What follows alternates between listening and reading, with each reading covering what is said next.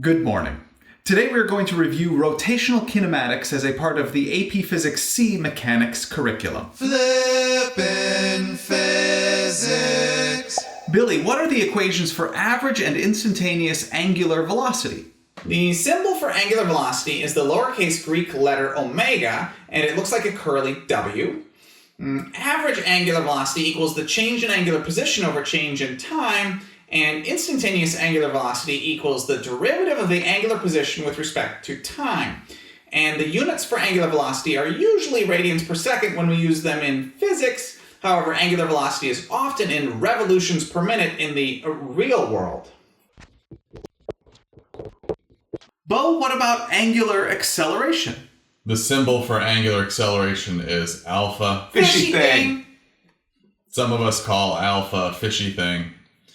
Average angular acceleration is change in angular velocity over change in time. Instantaneous angular acceleration is the derivative of angular velocity with respect to time. And the units for angular acceleration are radians per second squared. Now let's talk about uniformly angularly accelerated motion. You fishy M! That's right, U fishy M.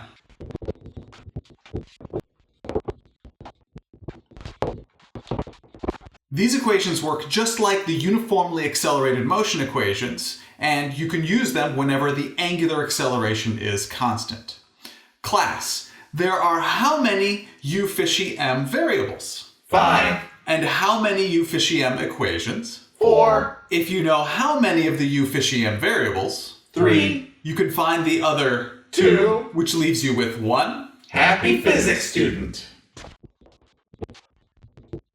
I don't know why only the first 2 of the U fishy M equations appear on the AP equation sheet.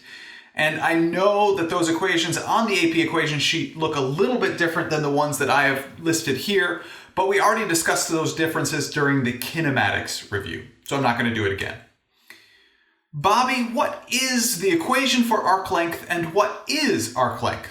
The equation for arc length is S equals R delta theta, where S is the arc length, R is the radius of the object moving along an arc, and delta theta is the angular displacement of the object. But he uses a weird S for arc length. Mr. P uses a lowercase cursive s because his s's and 5's look identical. Yeah, so S for arc length, and arc length is the linear distance traveled by an object when it is moving along part of a circle or arc.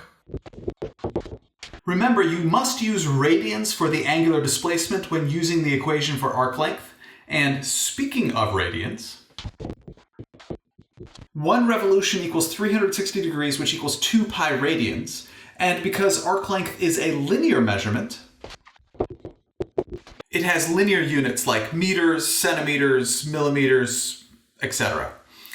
Bobby, please take the derivative of the entire arc length equation with respect to time. Okay, arc length equals radius times angular displacement. Take the derivative of that equation with respect to time. That means we have the derivative of arc length with respect to time equals...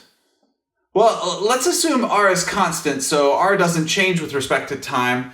So it is r times the derivative of change in angular position. Actually, we need to take the derivative of just the angular position with respect to time. The derivative of arc length with respect to time is a linear velocity when moving along a circle. That's a tangential velocity. Right. And the derivative of theta, or angular position with respect to time, is angular velocity. So we now have tangential velocity equals radius times angular velocity. Tangential velocity is the linear velocity of an object moving in a circle, and it has linear units, so meters per second in base SI units.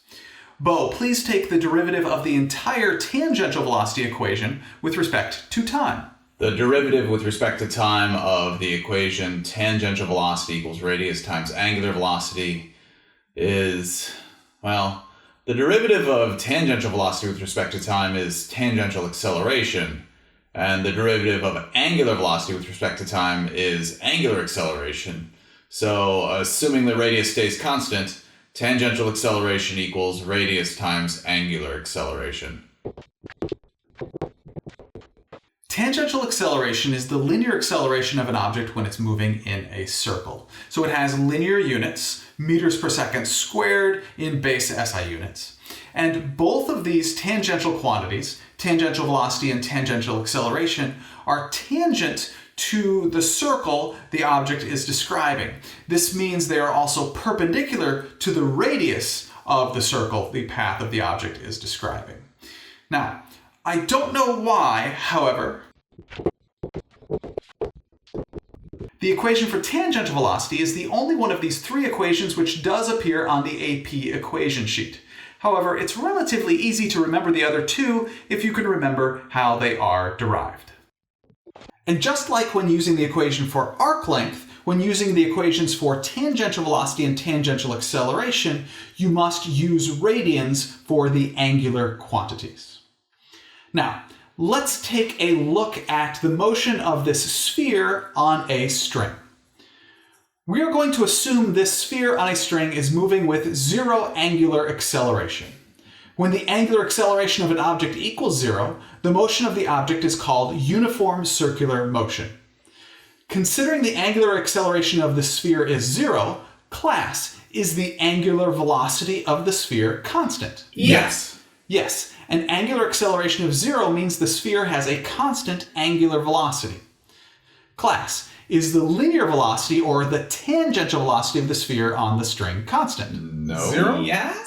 Okay, let's try something slightly different. Class, is the tangential speed of the sphere constant? Yes. Correct. Is the magnitude of the tangential velocity of the sphere constant? Yes.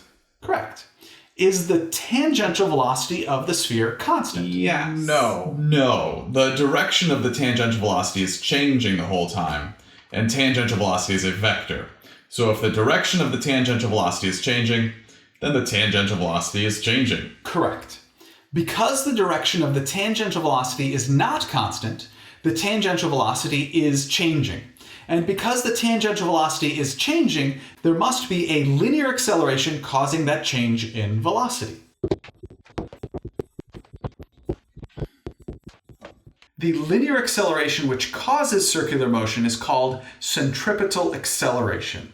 And centripetal means center seeking. So the centripetal acceleration is the acceleration which is in toward the center of the circle, which the path of the object is describing. The equation for centripetal acceleration is tangential velocity squared divided by the radius of the path the object is describing. It also equals that radius times the angular velocity squared. Now, according to Newton's second law, where there is a linear acceleration, there must be a net force. Therefore, if an object is moving in a circle, there must be a centripetal acceleration and there must be a centripetal force. The centripetal force is the net force in the in direction. I'll say that again. When an object is moving along a circular path, there must be a net force acting inward on the object, and that net force in the in direction is called the centripetal force. It is equal to, according to Newton's second law, mass times the acceleration in the in direction, and the acceleration in the in direction acting on the object is called the centripetal acceleration. Class, what three things did I ask you to remember about the net force in the in direction, the centripetal force? It's not a new force. So it's never in a free body diagram. The inward direction is positive, and therefore the outward direction is negative. I would do the conical pendulum example right now. However, we already did that during our AP Physics 1 review, so let's not do it again, but you can watch the link if you want. Let's now talk about non-uniform circular motion. Billy, what needs to be true to have non-uniform circular motion? The angular acceleration of the object needs to not be equal to zero. When the angular acceleration is non-zero, then the object has not only a centripetal acceleration, which is directed in towards the center of the circle, but also a tangential acceleration, which is tangent to the path the object is describing. This means the acceleration of an object in non-uniform circular motion is the sum of both the centripetal and tangential accelerations. The object in non-uniform circular motion will have a total acceleration which has a direction which is between the direction tangent to the circle and the inward direction. Okay, when an object has an angular acceleration, it will then have both a centripetal acceleration and a tangential acceleration, and therefore it will have a net acceleration, which is the sum of those two accelerations. Yeah, that makes sense. Let's return back to the equation for angular velocity. Bobby, what was the equation for angular velocity again, please? Average angular velocity, or omega, equals change in angular position, or change in theta, or angular displacement, divided by change in time. And Bo, if an object has traveled through one full circle, how many radians has it traveled through? One revolution is 360 degrees, which is 2 radians. 2 pi radians. Right. 2 pi radians. Thanks. It's okay. And the time for one full revolution is called the period of the object, and it has a symbol of capital T. Therefore, the angular velocity of an object equals 2 pi divided by the period of the object, which we can rearrange to get period equals 2 pi divided by the angular velocity of the object, which does appear on the AP equation sheet. That completes my review of rotational kinematics. Next, please enjoy my review of rotational dynamics, or you could visit my AP Physics C review webpage. Thank you very much for learning with me today. I enjoyed learning with you.